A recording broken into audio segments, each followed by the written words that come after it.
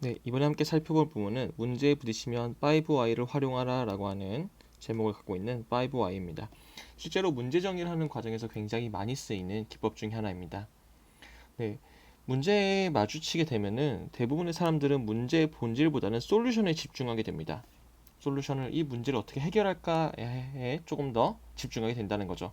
근데 아인슈타인은 이런 말을 했습니다. 만일 나에게 문제를 해결할 시간이 1시간 주어진다면 나는 55분을 그 문제를 정의하는 데 쓸 것이고 남은 5분 동안 해결책을 마련하겠다라고 말이죠.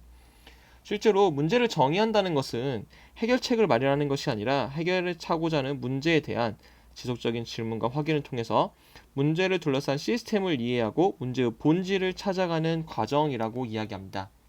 결국 문제에 부딪혔을 때 문제의 본질보다 솔루션에 집중하는 우리의 문제점들을 이야기해주고 있는 거죠. 또 다른 책을 보면 이렇게 나옵니다. 어떻게? 라는 질문이 나오는 순간 뇌는 굳어지면서 생각을 포기하게 된다. 시작하자마자 해결책을 찾아내려면 뇌에 과부하가 걸리기 쉽다. 이에 앞서 왜라고 물어댄다. 그러면 뇌는 스스로 답을 만들기 시작한다 라고 이야기합니다. 이때 쓴 것이 바로 5Y입니다. 5번의 왜를 물어보는 것. 이 왜와 어떻게, 어쩌면 굉장히 작은 차이 같지만 그 결과는 나비 효과처럼 매우 큰 차이를 가져온다라고 하는 것입니다. 그래서 이번에 이 5Y에 대해서 배울 때는 왜가 왜 그렇게 중요한지, 그리고 그것이 어떻게 문제 해결로 연결되는지에 대한 방법이 5Y다라고 볼 수 있는데요. 5Y의 프로세스는 되게 간단합니다. 지금 해결해야 할 문제, 그 해결해야 할 사항을 한 문장으로 정리해 보는 겁니다. 그리고 그것을 왜 해결해야 하는지를 그 바로 밑에 적습니다.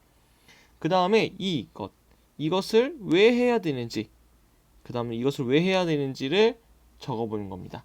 이걸 왜 해야 되는지를 적고, 그리고 다시 밑에서 이 B를 또 왜 해야 되는지를 적어보는 이 과정들을 5번 반복해 나가는 것이 5Y입니다.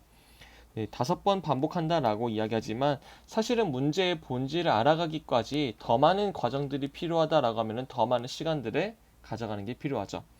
이 5I를 설명하는 데 있어서 대표적으로 드는 예시가 있습니다. 그것이 바로 미국의 제퍼슨 독립기념관에 대한 이야기입니다. 미국의 제퍼슨 독립기념관은 외벽 손상이 굉장히 심해서 매해 새롭게 페인트 칠을 해야 한다고 했는데요. 이 문제를 5I에 풀어보는 것이 굉장히 유명한 예시입니다. 실제로 한번 그 사례를 적용해 보면은 왜 외벽에 부식이 심한지 보았더니 비누 청소를 자주 하더라. 그럼 왜 비누 청소를 자주 하지? 보았더니 비둘기에 배설물이 많이 묻어 있고, 그럼 왜 우리는 비둘기에 배설물이 많을까라고 보았더니 비둘기의 먹잇감이 거미가 많아서였다. 왜 거미가 많은지 보았더니 불나방이 많다. 왜 불나방이 많지라고 보았더니 실내 전등을 주변보다 일찍 켜기 때문이다라고 하는 문제 상황에 다다르게 되었다는 거죠. 결국은 이 외벽이 부식이 심한 거, 이 외벽을 깨끗하게 하기 위한 그 방법은 청소를 잘하면 되는 게 아니라 실내 전등을 일찍 켜기 때문에 그냥 오후 7시 좀 남들과 어두워지기 전에 남들과 동일하게 좀 어두워진 다음에 오후 7시 이후에 실내 전등을 켜면은 벽이 깨끗해지겠구나 라고 하는 그런 결론에 다다르게 되었다는 거죠. 다른 예시 하나 더 들어보면요. 수입 스포츠 의류 브랜드를 런칭하는 데 있어서 시장 반응이 좋지 않아 고민했던 한 상무의 이야기를 5Y로 풀어보고자 합니다. 왜 우리 브랜드의 트레이닝복이 팔리지 않을까라고 했을 때 고객이 좋아하지 않는다. 왜 고객이 좋아하지 않지? 예쁘지 않기 때문이야. 예쁘지 않다고 하는 이유는 운동복이라 냄새도 나고 색깔도 어둡고 몸매선도 되살아나지 않기 때문이야. 그래서 우리는 다양한 컬러로 몸매를 살려주는 패션, 캐주얼 트레이닝복을 만들자라고 하는 그러한 결과로 다다르게 되었다는 거죠. 이처럼 왜라고 하는 질문을 보게 되면은 이 기존에 갖고 있던 현상을 좀 뒤집어 보게 됩니다.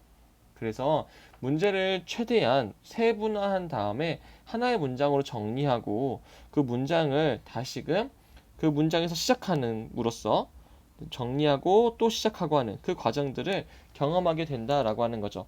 우리가 뭐 원숭이 엉덩이는 빨개, 빨가면 사과, 사과는 맛있어, 맛있으면 바나나, 바나나는 길어, 길면 기차, 기차는 빨라, 빠르면 비행기, 비행기는 높아, 높으면 백두산, 이렇게 이야기를 이어가는 것처럼 문제를 정의하는 과정에서도 끊임없이 왜라는 질문을 던지면서 그 끝을 따라가다 보면은 자연스럽게 우리가 의외의 종착지를 만나게 되는데, 그 의외의 종착지란 결국은 문제의 본질, 이 문제의 본질이 무엇인가를 알아가게 되는 그 과정이 되겠다라고 하는 것입니다.